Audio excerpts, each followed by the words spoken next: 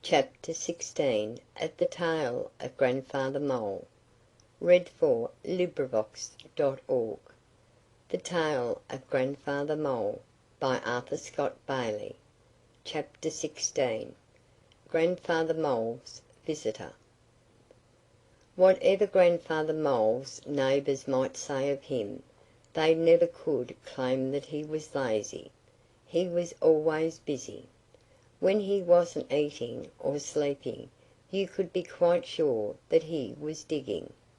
He never seemed to be satisfied with his house, but was forever making what he called improvements. If there was one thing he liked, it was plenty of halls. He had halls running in every direction, and since a person could never tell in which one Grandfather Mole might be, visitors might roam about his dark galleries a long time without finding him.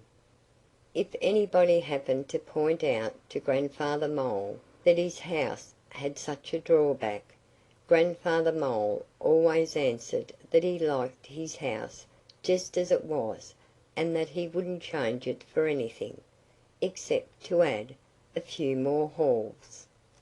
He was very set in his ways. He claimed that he wouldn't be comfortable in a house that had maybe only two halls, a front and a back one, as Billy Woodchuck's dwelling was known to contain. Maybe that was the reason why Grandfather Mole never went visiting.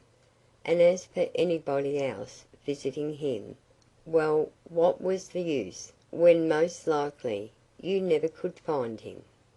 Nevertheless, there was one of Grandfather Mole's neighbors who called at his house frequently, and for the very reason that he knew he could probably do exactly as he pleased. Far from trying to find Grandfather Mole, Mr. Meadow Mouse always took pains to avoid him. And if by chance he met Grandfather Mole in one of his galleries, Mr. Meadow Mouse was always extremely polite and ready to run at a moment's notice. During corn planting time, Mr. Meadow Mouse went regularly down into a gallery of Grandfather Mole's that ran under a corner of the cornfield. And somehow he soon grew quite plump. Now, Grandfather Mole had met Mr. Meadow Mouse 2 or 3 times in that particular gallery, and he was not slow to notice that his visitor looked fatter each time he saw him. So one day Grandfather Mole asked Mr. Meadow Mouse bluntly what he was doing there. "I'm taking a stroll," Mr. Meadow Mouse told him meekly. "Be careful," Grandfather Mole warned him. "Be careful that you don't take anything else." Trembling slightly, for Grandfather Mole could be terribly severe when he wanted to be, Mr. Meadow Mouse said that he hoped Grandfather Mole didn't mind if a person took a little exercise now and then in those underground halls. "On a warm summer's day it's delightfully cool down here," Mr. Meadow Mouse murmured. His speech pleased Grandfather Mole. "I'm glad there's some one that agrees with me," he exclaimed. "Most people think I'm queer because I like to live underground."